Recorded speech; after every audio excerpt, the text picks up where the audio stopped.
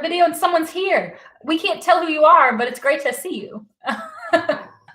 Hello, my name is Miss Sammy, S-A-M-M-I.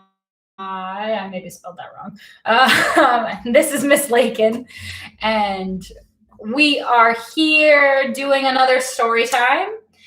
It's week 3 of PCL doing live story times. We can be found here on YouTube where you're maybe watching us, or we also link onto Facebook, so take a look there. Subscribe, follow us if it's convenient for you. Lakin and I have already washed our hands, and we're not going to shake hands or do any of that. So hopefully you guys are practicing social distancing and doing that. This is one of the 2 story times that happens on a given day at 10:30 and 3:30 weekdays. Hopefully you already know that. And then today we actually have a special birthday message for our friend Sarah, who is turning 9 years old today. How cool is that? Sarah, we're really sorry that you can't be here with us because we have Sarah. Happy birthday to you. Now blow it out. Nice job, Sarah. Woo! Birthday girl. We'll sing to you again sometime when we're in person. Some of you might know Sarah. She's Miss Amy, our wonderful sub at Rochambeau's daughter. So you've maybe seen her around. Last week, we read the book called Swarm of Bees. And so do you remember any of those signs? The first one we learned was bee. And the second word we learned was tomato. So we slice up our tomato. And the third word we learned was angry. So you make your stiff, angry fingers. So hopefully you guys remember that. This week, we're reading a book called Extra Yarn. And that is by Mac Barnett and illustrated by John Clausen. And we want to thank HarperCollins Publishers for letting us read this. And we're going to go over our key signs for you to learn today. So the first sign is finished. And so you're going to make your hands nice and stiff and flat, and you're going to say that you're finished. Finished with that activity. Maybe you're finished eating. Maybe you finished eating, yeah. Because you learned that a few weeks ago about eating. Finished eating. And then another word we're going to learn is more. You're going to tap your fingers together and just a little. It's unstable at the moment. Hopefully it stables out. Tell us if I think we're back. I don't know if we went out, but we got a message saying things are messed up. So our third word was happy. So you're going to make your hands flat, nice and flat. And you're going to lightly brush your chest. Yeah. Lightly brush your chest. Perfect. Beautiful. So we've got 3 words. You're going to keep an eye out for those as we read Extra Yarn. Wow, the sun really came out and it's kind of changed our lighting. I hope you guys can see. So Extra Yarn. I'm wearing a hat here that Lakin made with her extra yarn at home. So, you know, on theme. Extra yarn.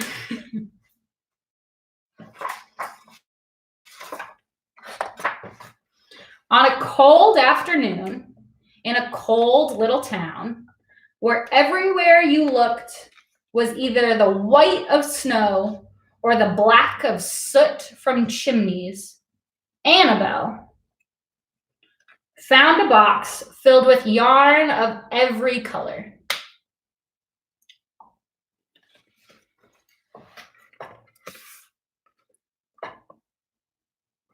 Annabelle's over here, hanging out with her dog.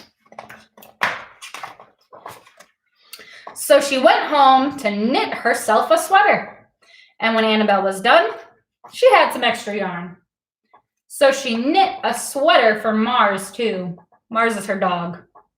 And there was still extra yarn. Oh, sorry. And I cut Lakin off.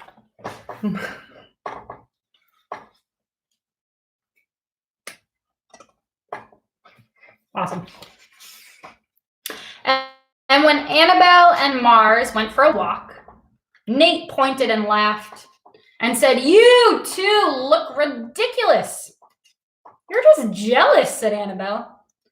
"No, I'm not," said Nate.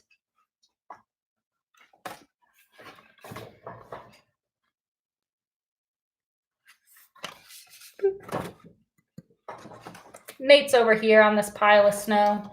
Annabelle's over here looking grumpy at what he said.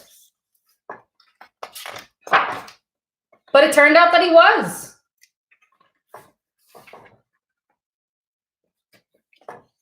And even after she made a sweater for Nate, and for his dog, and for herself, and for Mars, she still had extra yarn.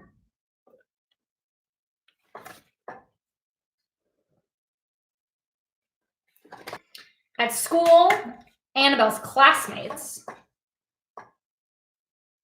shouted her teacher, "Quiet, everyone! Annabelle, that sweater of yours is a terrible distraction. I cannot teach with everyone turning around and looking at you." "Then I'll knit one for everyone," Annabelle said.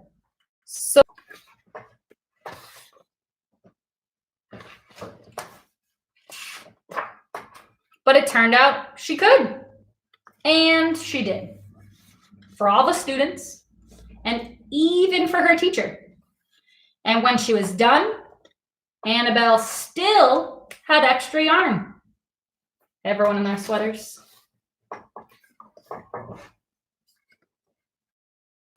Those are some good sweaters. Different colors. Yeah. So she knit sweaters for her mom and her dad, and for Mr. P, and for Mrs. P, and for the doctor, and for Lewis. Sweaters for everybody.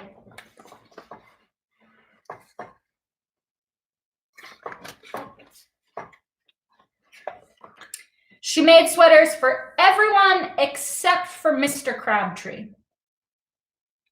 who never wore sweaters or even wore pants, and who liked to stand in his shorts in the snow up to his knees. "No sweater for me, thanks," said Mr. Crabtree.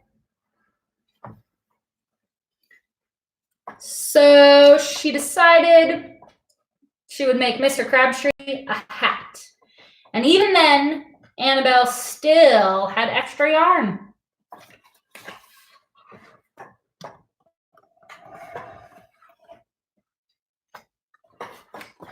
Our hats kind of match. We've got a little bobble over there. Hard to find.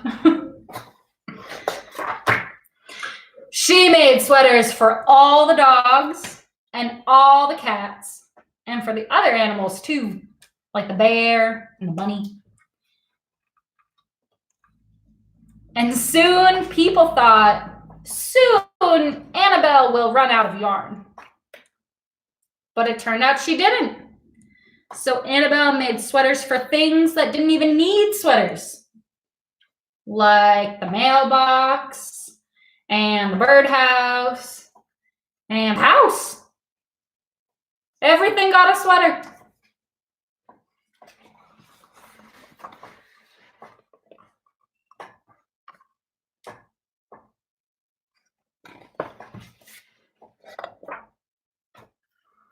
Things began to change in that little town.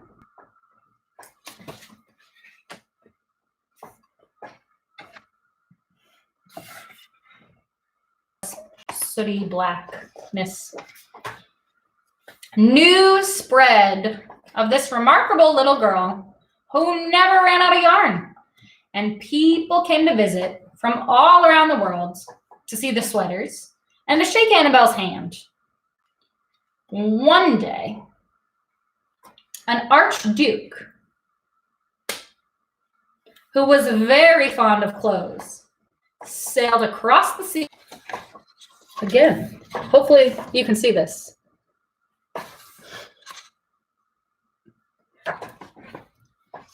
Why is our connection being weird? Hopefully you can hear us. And little girl, said the Archduke, I would like to buy that miraculous box of yarn. And I'm willing to offer you $1 million. No thanks, said Annabelle, who was knitting a sweater for a pickup truck. The Archduke's mustache twitched. $1 million. Annabelle shook her head. Yes. 10 million, shouted the Archduke. Take it or leave it. Leave it, said Annabelle. I won't sell the yarn. And she didn't.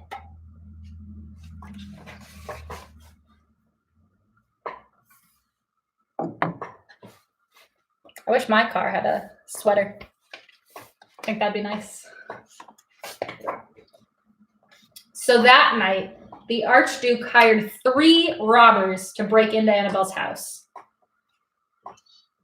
And they stole the box. And they took it to the Archduke, who set out across the snow and sailed over the sea. So it's really dark in this scene. It's nighttime. It's hard to see kind of what's going on.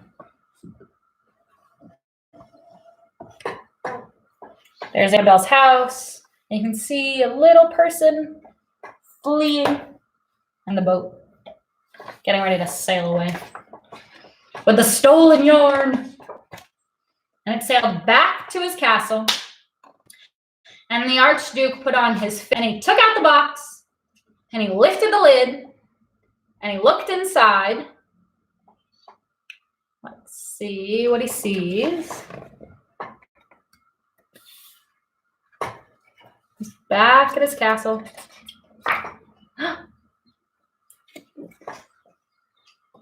It's empty. There's nothing in the box.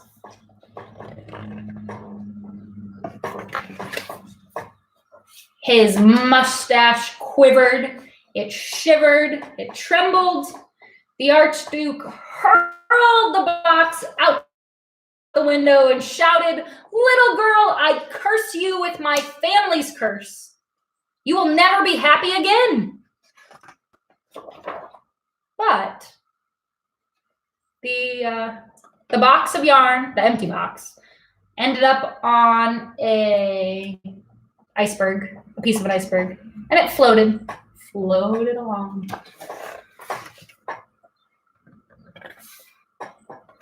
All alone, it floated all the way back to Annabelle. There she is, finding her box. And it turned out she was happy again. She knit a sweater for this tree. Every tree needs a sweater. The end. Nice job. Sorry about the technical difficulties. I'm not really sure if you got the whole story or if it cut out kind of throughout the process. Hopefully it didn't. And we will find out when we watch it back later, maybe. And, thanks for bearing with us. So we can see that there are a couple people watching. So it's nice to see you. And we're going to recap those signs that we learned, because we learned how to say something was finished. How do we do that? Oh, yeah. All finished. Maybe you're finished eating. Maybe you've already had lunch. Our story is finished. Oh, the story is finished. And then we also learned how to say more. Like maybe you want more story time online. Funny how that works out.